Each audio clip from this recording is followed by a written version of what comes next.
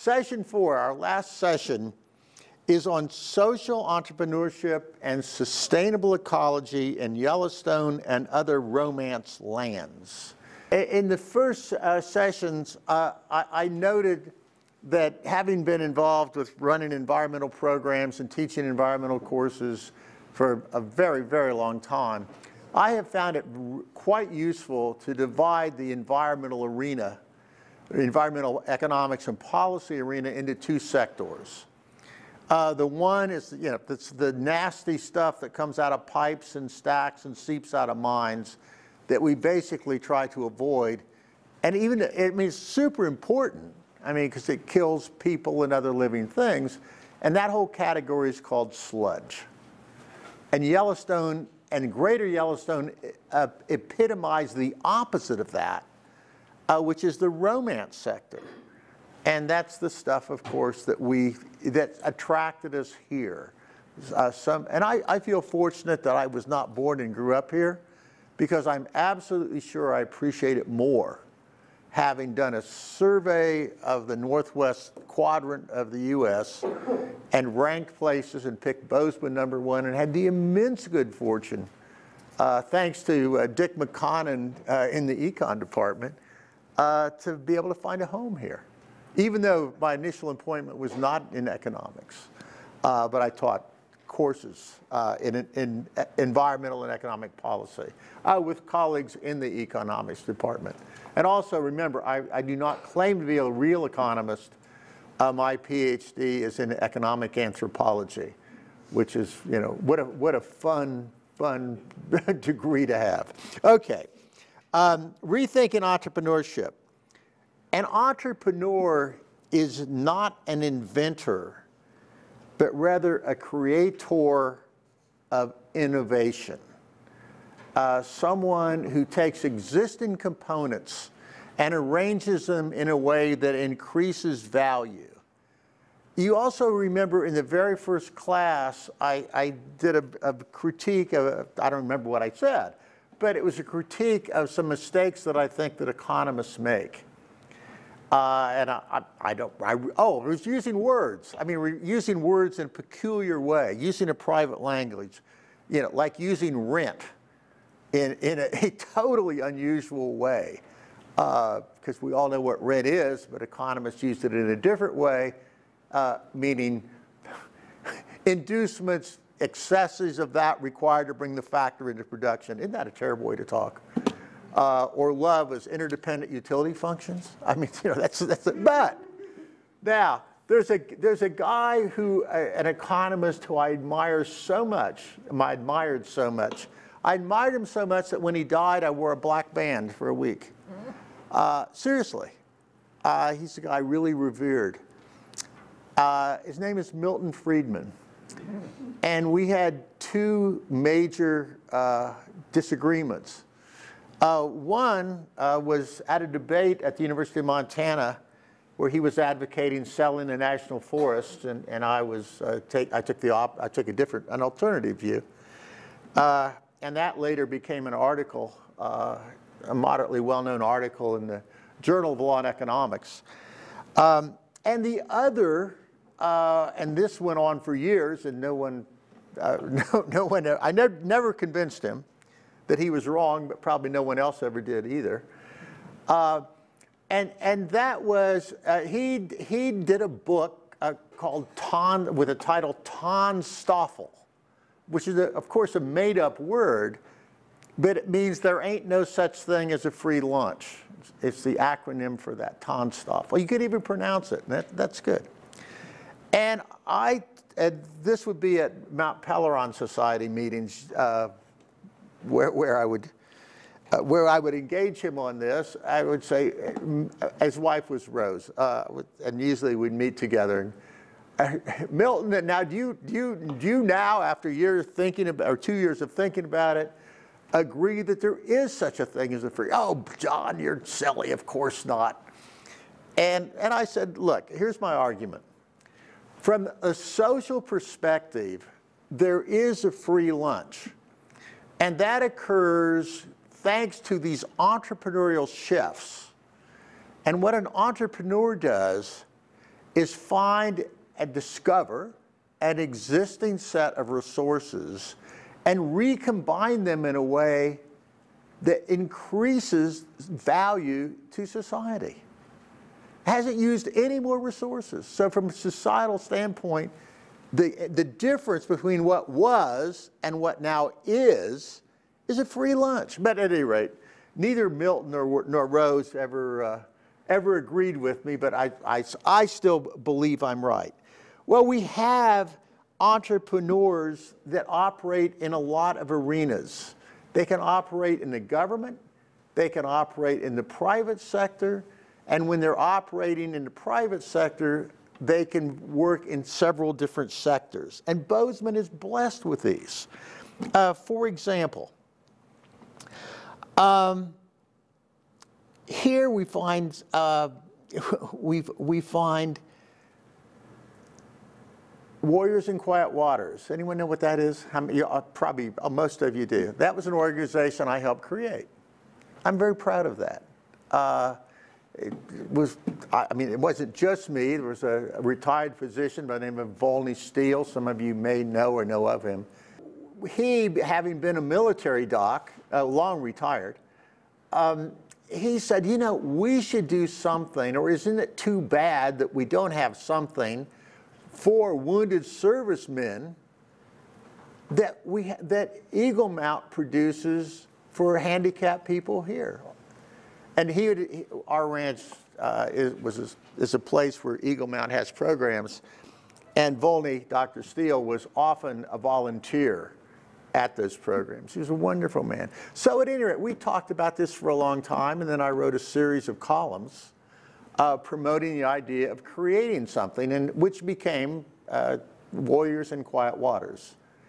And we've got some foundation funding to get it started. Now it's a hugely successful organization. And there's just so many, Eagle Mount itself is a marvelous, marvelous organization. And and these are created by entrepreneurs, social or environmental entrepreneurs. And we're going to talk about explicitly some of the environmental entrepreneurs a bit later. Two young people were fishing on one of our ponds over the weekend. The one was blind, and that's the person in the green and blue jacket. The other has MS, and has MS so badly that he has only limited use of one hand. But he grew up here. He was born here. And fishing, fly fishing, permeates the culture. And he can see and he can read, and he in fact, he's a student, a college student. And so there were some guys here who volunteer with Eagle Mount and work as physical therapists at the Ridge. And they said there ought to be a way we can make fishing accessible to this kid, this young man. And so they constructed this thing, this machine.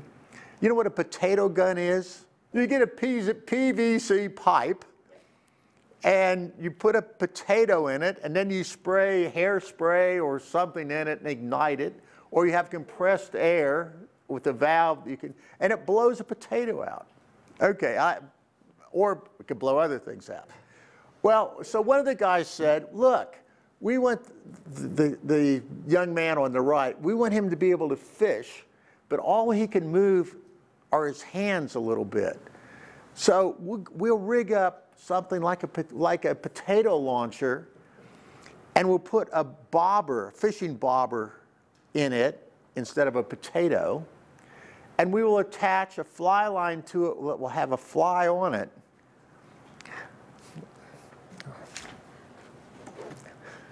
Oh, shit.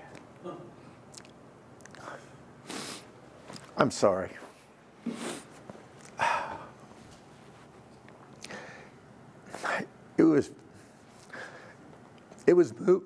Damn it.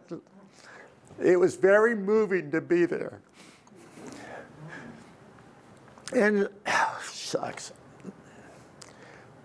Pardon me. One of their ponds is called the Aquarium. It's called the Aquarium because the water's so clear and has these really big trout in it. And so he could launch this bobber that had a fly attached to it that would land out in the water, and a fish would grab it. And then, see that little motor and the fishing pole? They had built, or they didn't build, they got a motor and attached it to the fly rod, and he could take his hand and hit that button and reel the fish in.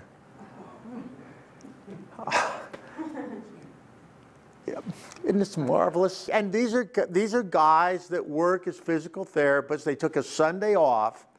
They'd built this over a long period of time. And it's just, what a marvelous thing.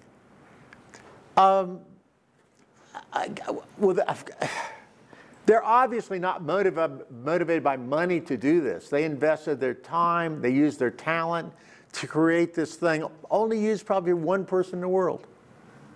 It could be used for more, and once they have the idea down, replicating it is cheap and easy. Well, at any rate, I think that's a marvelous example of entrepreneurship in the environmental arena.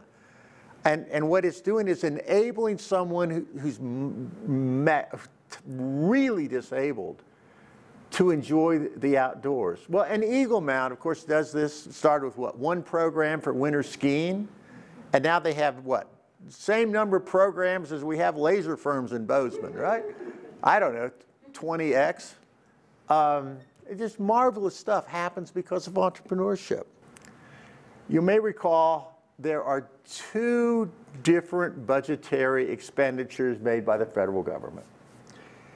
And one set are formulaic, and they are the result, they flow from the programs such as Social Security and Medicare and others of that sort. Well, the government has made, politicians have made promises far in excess of what can possibly be fulfilled unless we have spectacular economic growth.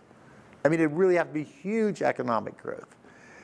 And so there's a huge amount of evidence that the promises made are in excess of projected revenue. Now, people really, really don't like to give up on things they think have been promised to them by the government. How many of you have heard of Rostenkowski, former? We haven't shown the video of him, have we? So Rostenkowski, does anyone remember, he was a great football star. I don't remember the college, it doesn't matter. Maybe it was even Notre Dame. So here's this Polish guy who's a football star, who's from a Polish district in Chicago. And he was a finance committee chairman in the House. And they had some change in benefits such that elderly people would pay a bit more taxes. And his constituencies basically revolt. They surround his car. We don't show all of that. But people take promises made to them very seriously, and they're formulaic. They're not discretionary. However, funding for the Park Service is in fact discretionary. And when it comes time to cut something, they're not going to redo the legislation. It would be exceedingly difficult, politically difficult, to redo the legislation to reduce Social Security, reduce Medicare, reduce any of that stuff. And so the pressure is going to come ever greater on the discretionary portion, of course. And the Park Service is one of those. So that's one of the big problems we're going to find. Next one is crowding. And we've discussed how crowded the parks are, and any number of people from Bozeman have said, you know, I will not recommend that my friends visit Yellowstone in the summer. How many of you ever said that I mean, I think everyone says that. Of course not. Come in the spring, come in the fall, don't come. It's just remarkable. And it's crowding not only of people, but also of animals. And you'll recall, we talked about the elk, and there are numerous studies of what happened with the excess population of elk. And everybody, all scientists in the Park Service knew that this places in the park were terribly overgrown, overbrowsed, overgrazed. And they knew there were far too many elk. There should have been 6,000, I don't know, 8,000, varied. But instead there were 35,000, 42,000. And politically it was almost impossible for the Park Service to deal with that.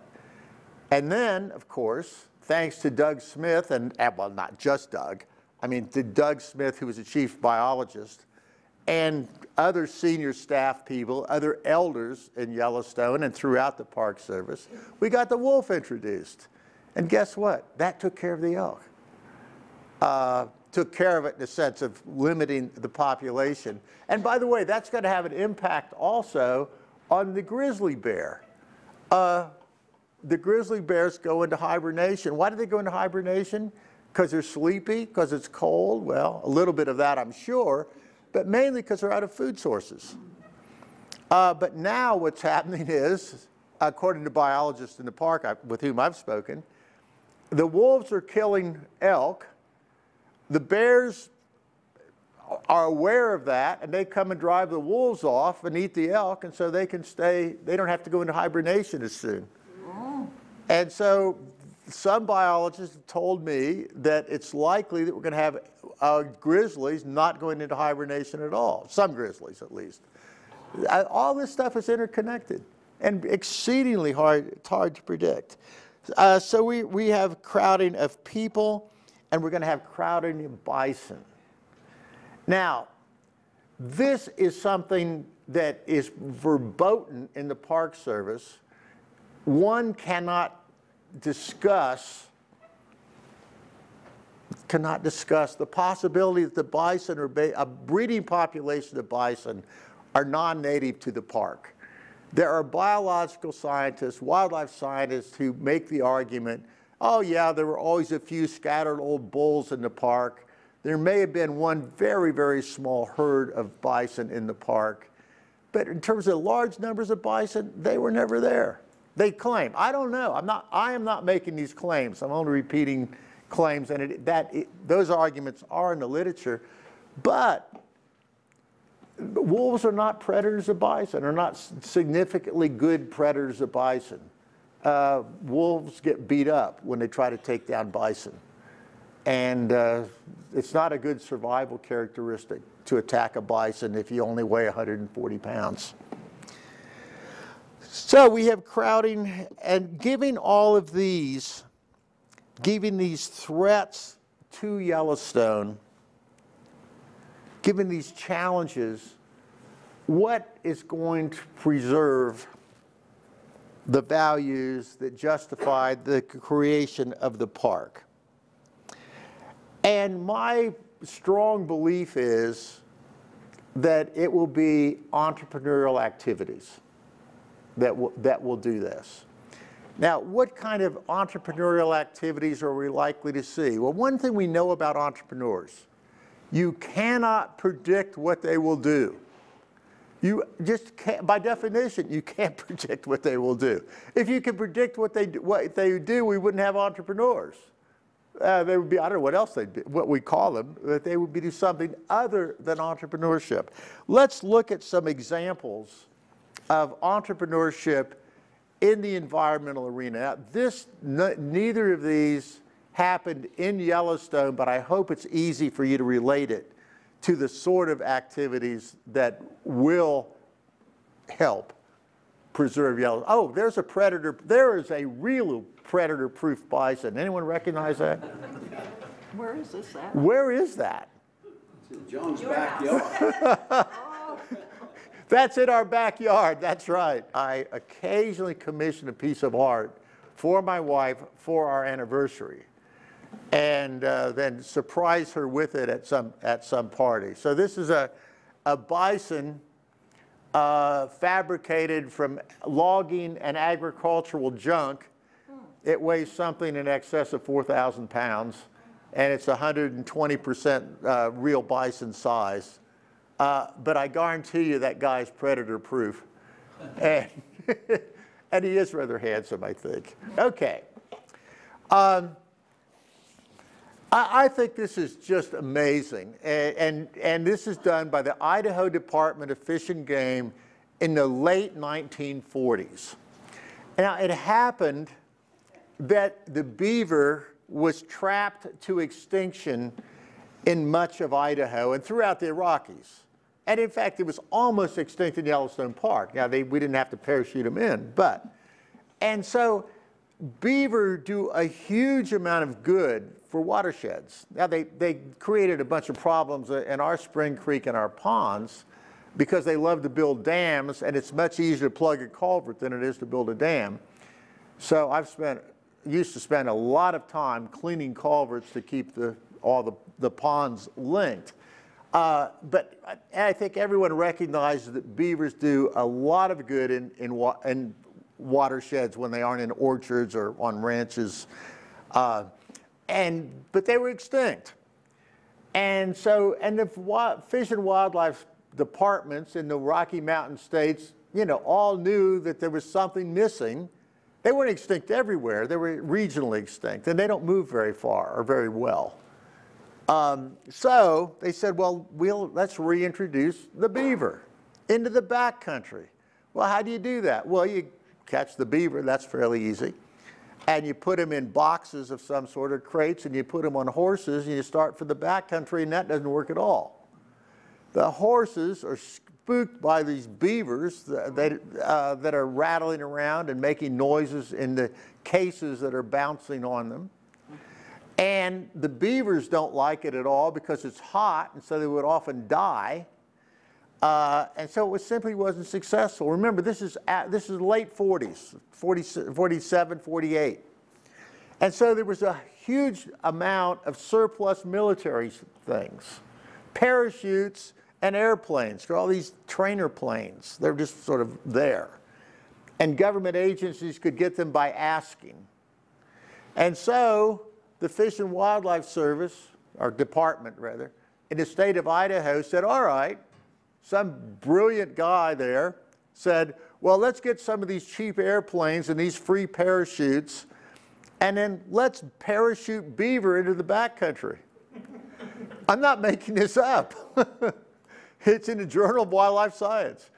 And so they had, how do you do this? Well, you have to, like building this apparatus for this kid with, this young man with MS, it wasn't intuitively obvious how to do it. So they they had this one beaver that seemed to be bounce proof, and they built these boxes that would have to come apart on impact.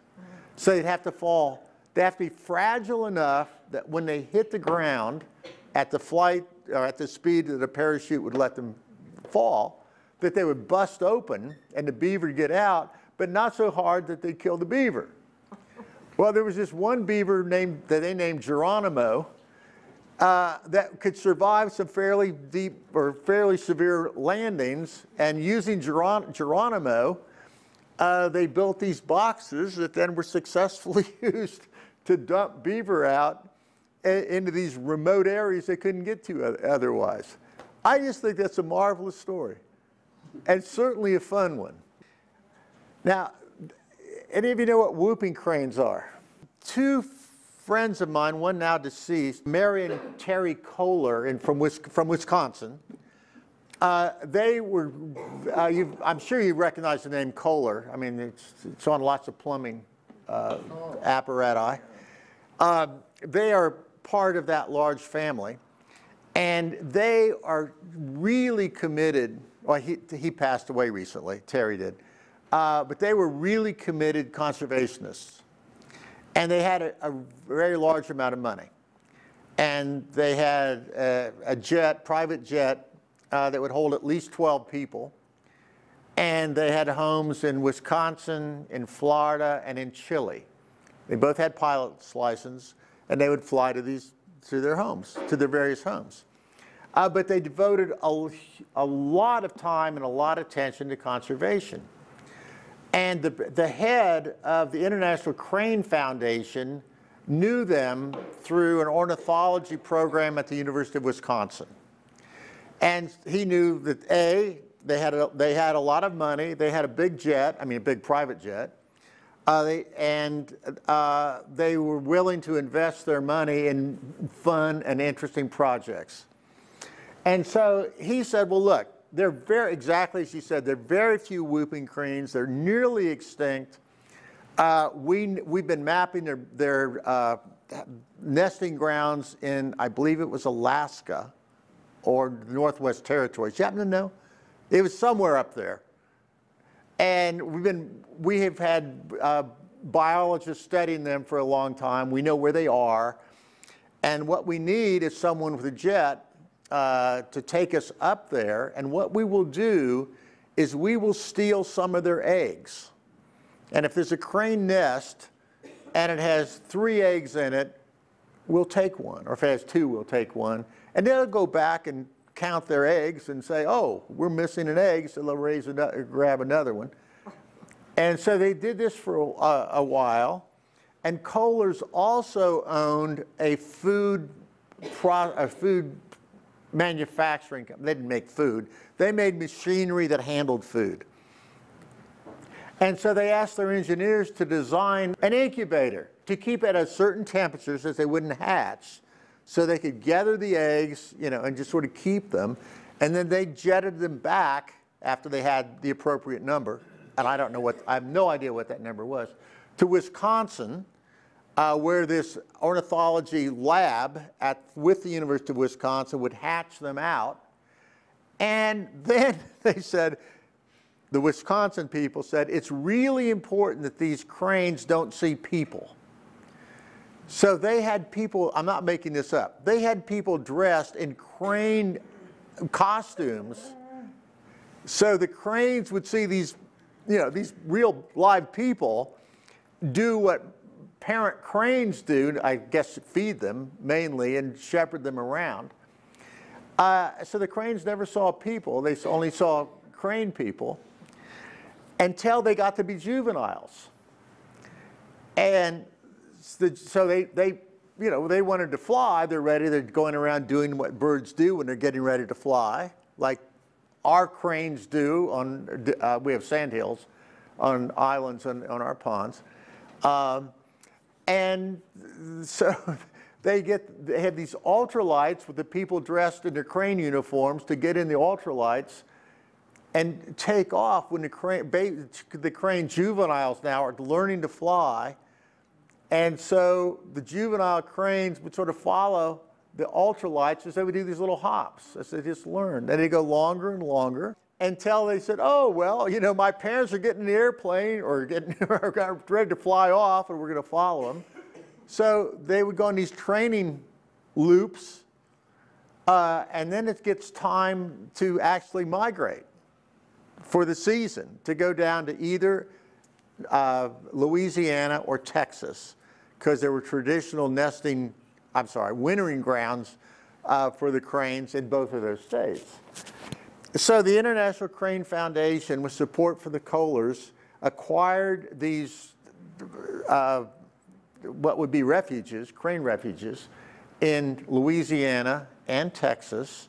And and the cranes don't take off and fly straight to New Orleans.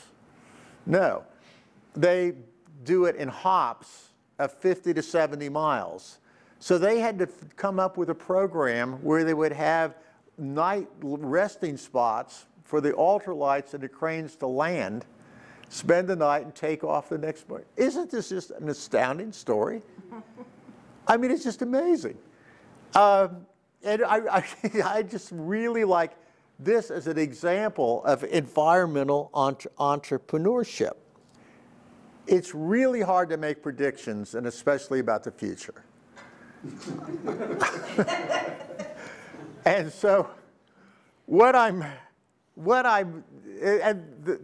think the title of this course was The Evolution of Yellowstone. We started of course, with it just being a commons protected by ignorance and distance.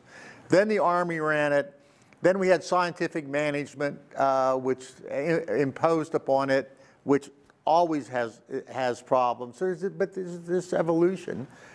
And we saw how some wise people within the existing organization dealt with three major problems. But now we have some new problems coming along, and I'm suggesting that entrepreneurs in the agency, together with those on the outsides, and I assume mainly nonprofit, but surely there will be conjunctions of for-profit and nonprofit and government agencies that will come together and can somehow dream up some projects, some programs, some new arrangements to preserve the basic mission of the park. The cutthroat were the fish in the streams around Yellowstone Lake. And the cutthroat spawn by going up the stream. Well, this was told to me by, and it's partially speculation, but it's pretty well established that the way the lake trout got into Yellowstone Lake is as follows. At one time, Yellowstone Park at Lake had a large, like an aquarium, that showed all of the various fish that inhabit our region. And there was at least one lake in the greater Yellowstone area that had lake trout. How they got there, I have no idea, but they were there. And so in the aquarium, they had all the various fish, and they included lake trout, even though they were not native, but they were in an adjacent lake. Well, the pattern was in the fall, at the end of the season, when they shut down the park, when they shut down the lake, they would kill all those fish. Well, they had a college student working for them some years ago, some decades ago now, who couldn't bear the thought of killing the fish. So he dumped the fish, including the lake trout, into Yellowstone Lake. And that, according to Bob Barbie's the source, is the source of the lake trout being in Yellowstone Lake. And the lake trout don't spawn the way the cutthroat do. They spawn in a deep lake. So they did not provide food for the grizzly bears. And so this contributed to the decline in the grizzly population because they wouldn't have the great protein source of the cutthroat trout. So their good plans and good intentions went terribly awry. And then there was the lake. Y'all know what lake trout are? I mean, they're big. I mean, how big they get? Anyone know the biggest lake trout? I'm guessing it's probably somewhere in the order of 50 pounds. But they're big. And in the Midwest, in the Great Lakes, there are commercial fisheries that harvest the lake trout. And, you know, they've been doing it for, God, I don't know, for many decades, probably for more than a century. And one of these companies proposed to Yellowstone Park, well, we will come in commercially, harvest your lake trout, we'll get them out of there, and we'll sell, you know, let's put them in our supply chain, we'll market them the way we market our other trout. And the park could not accept their offer. And instead, they have to pay to kill the lake trout, which is sort of an interesting pathology. So at any rate, they couldn't accept the offers to come in and harvest the lake trout and use them productively. That was one of the driest summers we've had since 1934. And it was so exceedingly hot and so exceedingly dry. And I was told by reputable people that some of the standing trees in the greater Yellowstone area had a lower moisture content than kill-dried lumber when it comes out of the kill. kiln, sorry. Now, I don't know if that's true, but it's certainly true. I was told that by reputable people. And so this stuff was just ready to explode.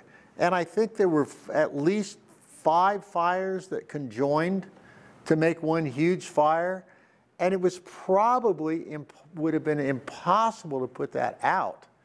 Now you're saying if they would have acted earlier, perhaps they could have. But there are lots of things they can't do that you could do on private forest lands or even in a Forest Service.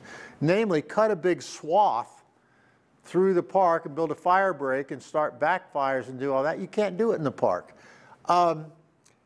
We don't have I don't think we have maybe we may have had a picture of this, but when the town of West Yellowstone was threatened,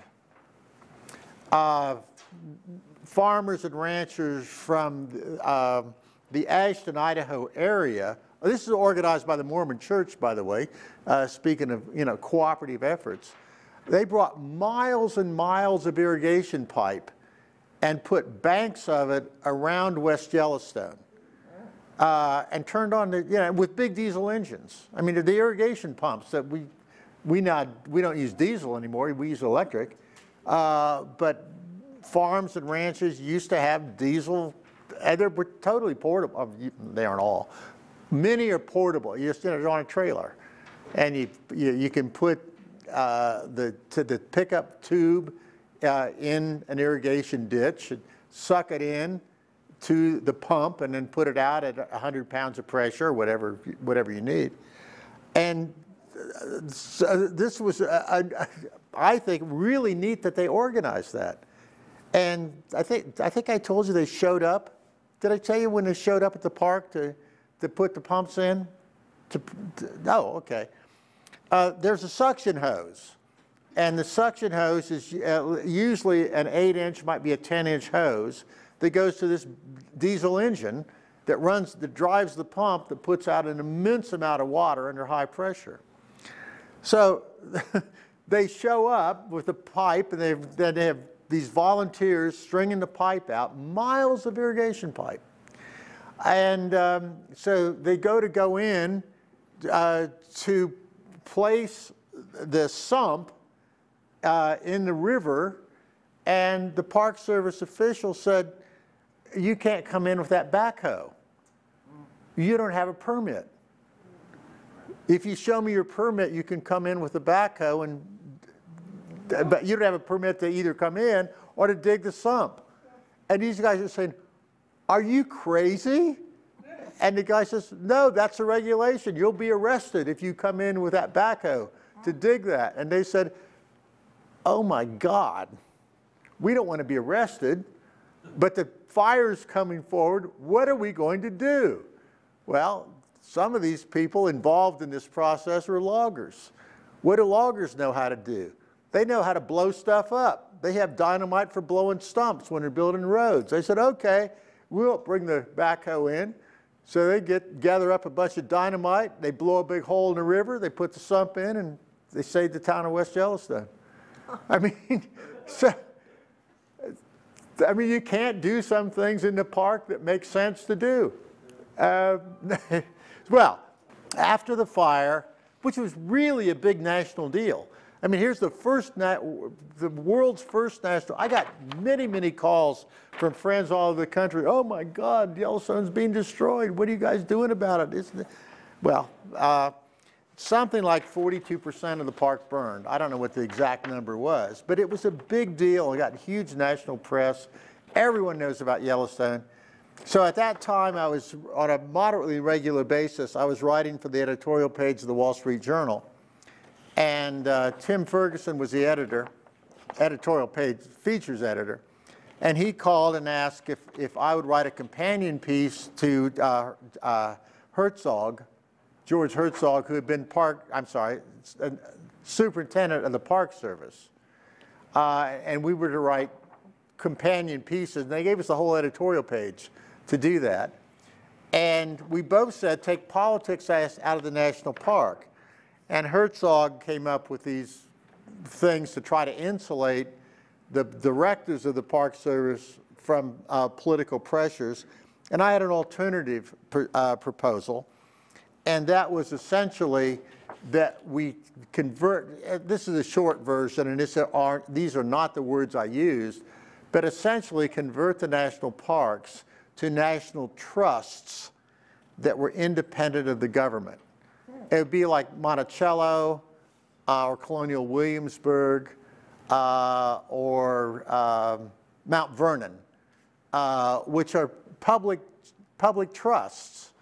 They're not run by the government. When all the parks shut down, what was it, how many years ago, 3-4 years ago, those places kept running. People said, why are they running? Well, because they're public trusts. They're not government agencies. So Herzog basically said, well, look, let's keep it as it is now, but somehow come up with some means to protect the park from political pressures. And I had this somewhat radical alternative, which I didn't think would be adopted, of course, and it hasn't been, of course. But there is a movement in that direction. There is increasing recognition that political forces are often totally inconsistent with ecological science or with goals of preservation. And this is probably going to get much, much worse as the constraints on federal funding become worse and as tensions rise, which they almost surely will, on a multiplicity of dimensions. Let me talk about now about going up to the American Prairie Reserve. Bozeman, I've said this so many times and I believe it more every month, that Bozeman is sort of a magical place and it creates things. So here, for example, is the American Prairie Reserve, which is a wildlife habitat area created of a combination of the World Wildlife Fund and the Nature Conservancy originally. They had the idea of protecting this huge grassland, essentially 3 million acres, and then 2 people I don't know enough of the early years, but 2 people from Bozeman are now Sean Garrity, who had been a student of mine a very long time ago, and Pete Geddes, who worked with me for over 14 years. They are basically managing this effort, the American Prairie Reserve, to create this wildlife habitat, to restore it to about what it was, similar to what it was when Lewis and Clark came through, and it's 1.5 times the size of Yellowstone. And it involves a big multiplicity of land ownership. There are private ranches, which they are buying out. There's state trust lands, state school sections they're also called. Then there are at least 3 federal agencies that own land there, or that manage land there, and there are several Indian reservations. And coordinating all this is just a remarkably difficult thing to do. And I've heard several numbers, but the number that they gave me, gave Ramon and me when we were up there, by the way, it wasn't just us. There was a group of ballpark 24 people that were up there for this basically show and tell adventure. And the number they gave out, we can do this all for $1 billion. And which sort of surprised me because the number I heard before, which I thought was remarkably ambitious, was 300 million. And they said this assemblage, it's going to be, we could do it for $1 billion for the whole thing. Now, one of the things that's intriguing about it, again, the multiplicity of ownership. There's the private ranches, state trust lands, and so forth. But let's deal with the private ranches first. There is a lot of opposition by private ranchers to the American Prairie Reserve. Now, why would that be? The goal is to restore it to the wildlife species that were there when Lewis and Clark came through. In other words, Move It Back says we have prairie grizzly, we have lions, we have wolves, obviously we have bison and we have antelope. We have the full complement, and especially birds, by the way. I'm not a bird guy. You know, I know that there are owls and ducks and geese and woodpeckers and robins, and I've about run out of the birds I can name. Not quite, but there are people who really know and love birds, and they say this is a fantastic place for birds.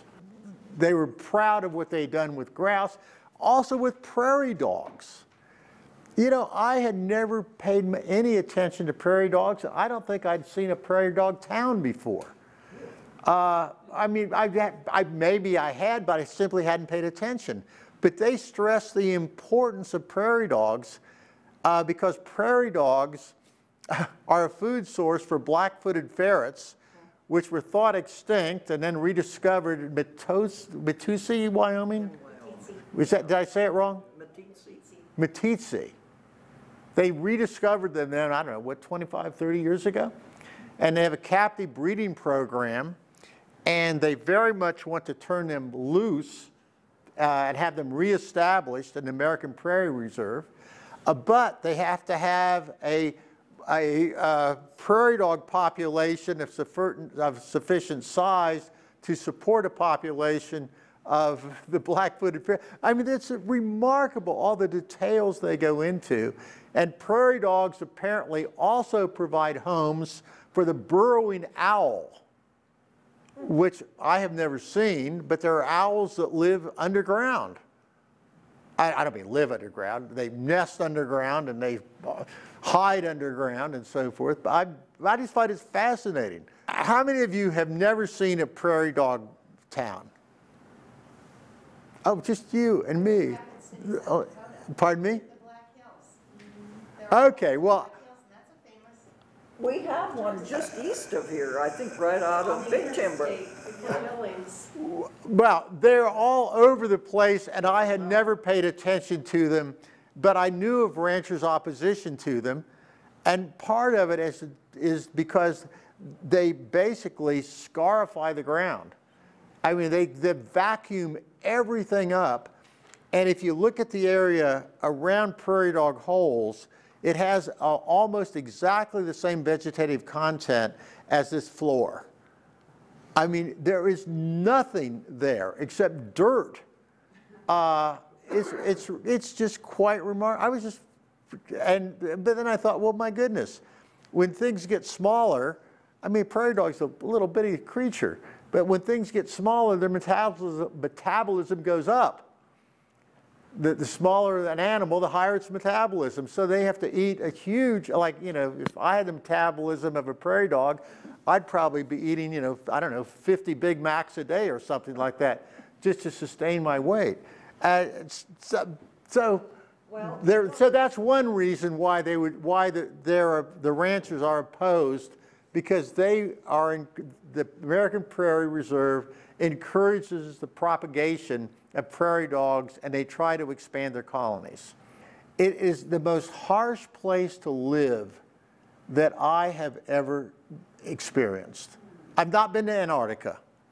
I've not been high in the Himalayas or anywhere in the Himalayas. Ramona has, but I haven't. It is a remarkably harsh place to live. It is really, really, really remote. It takes a long time to drive there, and you get there, and once you've seen it once, it's hard to imagine why one would want to come back. Because, you know, after you've seen the 500th bison, I mean, the 501st doesn't really. By the way, we financially support the American Prairie Reserve. I've written about it positively many times. I really like and demonstrate with my checkbook and by writing that I think that this wildlife habitat is a very good thing to do. However, when you're there, when I was there, I understood why people don't want to come back to that area. Now here, let me give another reason why ranchers are opposed. They're opposed, they say, because of bison trespass, but apparently there's no record of that having happened. Well, it's happened twice, but they solved that within hours.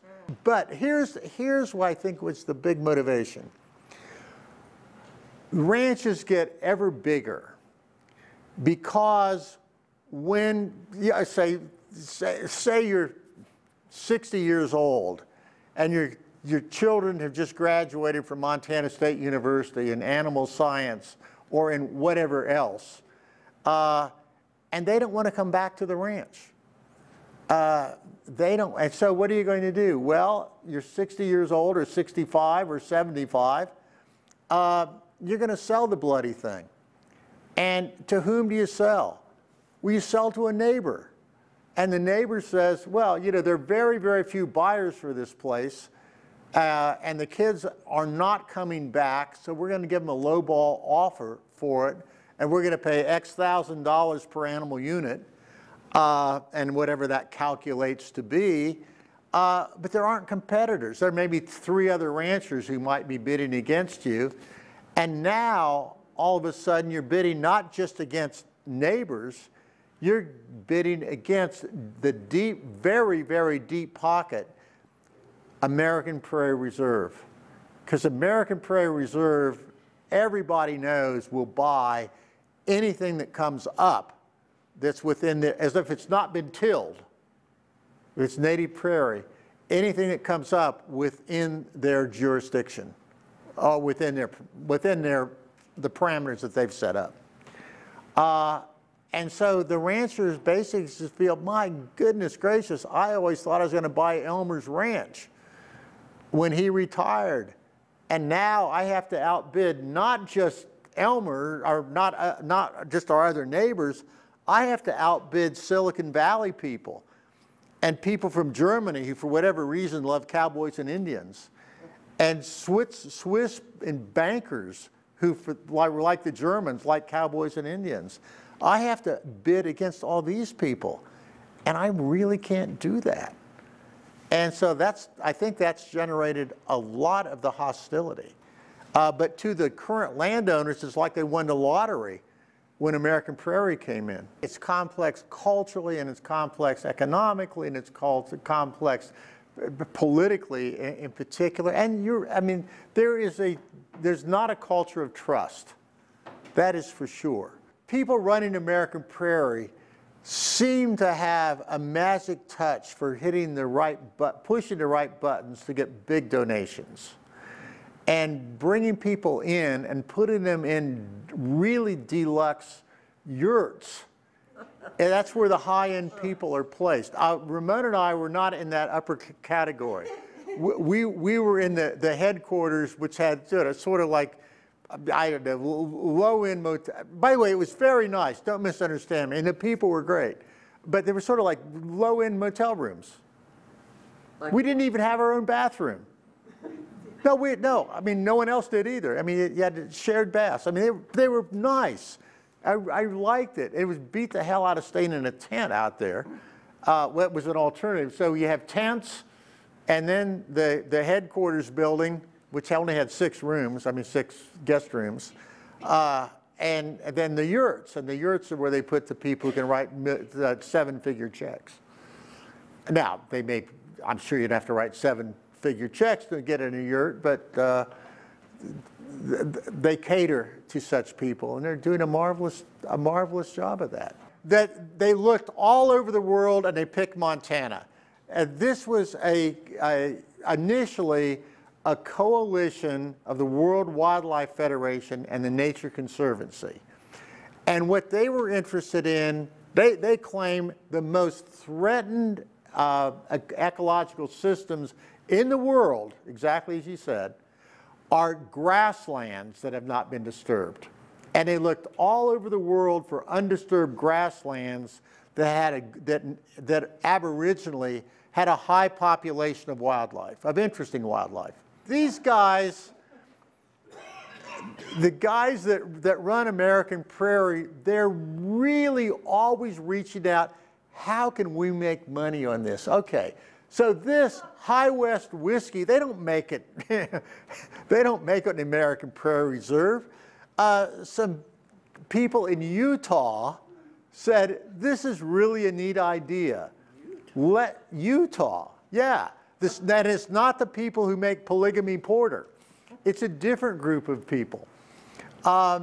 They basically have a deal with American Prairie to be able to put that on that label on their whiskey, and they sell it. And I couldn't find out what percent American Prairie gets from each $10 of whiskey that's sold. And if you're in New York at a very fancy restaurant, here you have the opportunity to buy this beef that was raised on the American Prairie Reserve. And it's a higher price than regular beef. And there's a little symbol beside it. You click your cell phone on it, and a picture of the family that raised the beef. Now, this is what I was told. I haven't done it. I haven't seen it.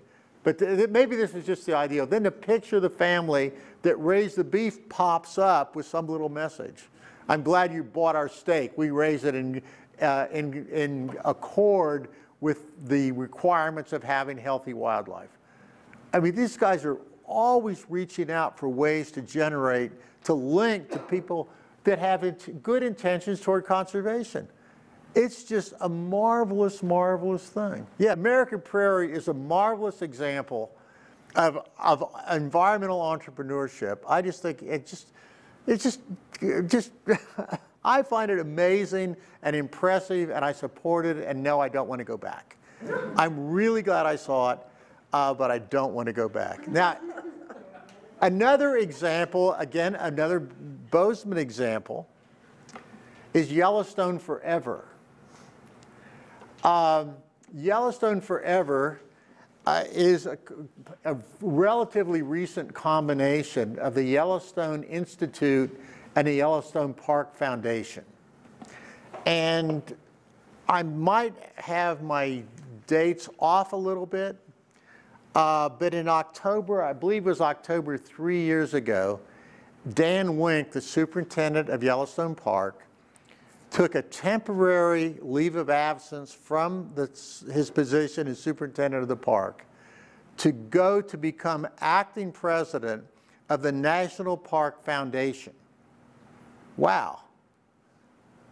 Now, isn't that interesting? So he left in October to come back in March, and his goal and the assignment was to help create an organization that would be able to generate support for the park, not just Yellowstone, I'm sorry, for the park system and the National Monument System as the federal funding shrunk. And so that is what he worked at doing, and concurrent with that, and I don't know I'm not privy to the coordination. There was a merger of the Yellowstone Park Foundation and the Yellowstone Institute to create Yellowstone Forever, which again is to generate funds for the park, in this case, for Yellowstone Park. And my suspicion is, my hope is, that model will also be expanded, and we'll find more and more non-governmental organizations work to coordinate and support the parks, the National Wildlife Refuges, and so forth. Because big, big problems are forthcoming in terms not just of economics, but economics and bureaucratic coordination, and the people in the various agencies involved around American Prairie all understand that they are so constrained by regulations. I mean, such silly things as, well, I think silly things as not being able to put a backhoe in a river to get water when West Yellowstone is going to burn up. They couldn't do it, but private outfits can. I mean, in that case, a bunch of loggers said, oh, we got dynamite in our pickup. We always have dynamite in the pickup. We can solve that problem. Well, that's a rather dramatic example. But as we look forward, I think we're going to see more and more of this develop. And what I've tried to do in this course is to give you an overview. Since none of us live here by accident, since I think we all chose to live here, I've tried to give you some insights on how to interpret and understand the evolution that is going on and place it in historical context. Thank you so much. I look forward to seeing you again.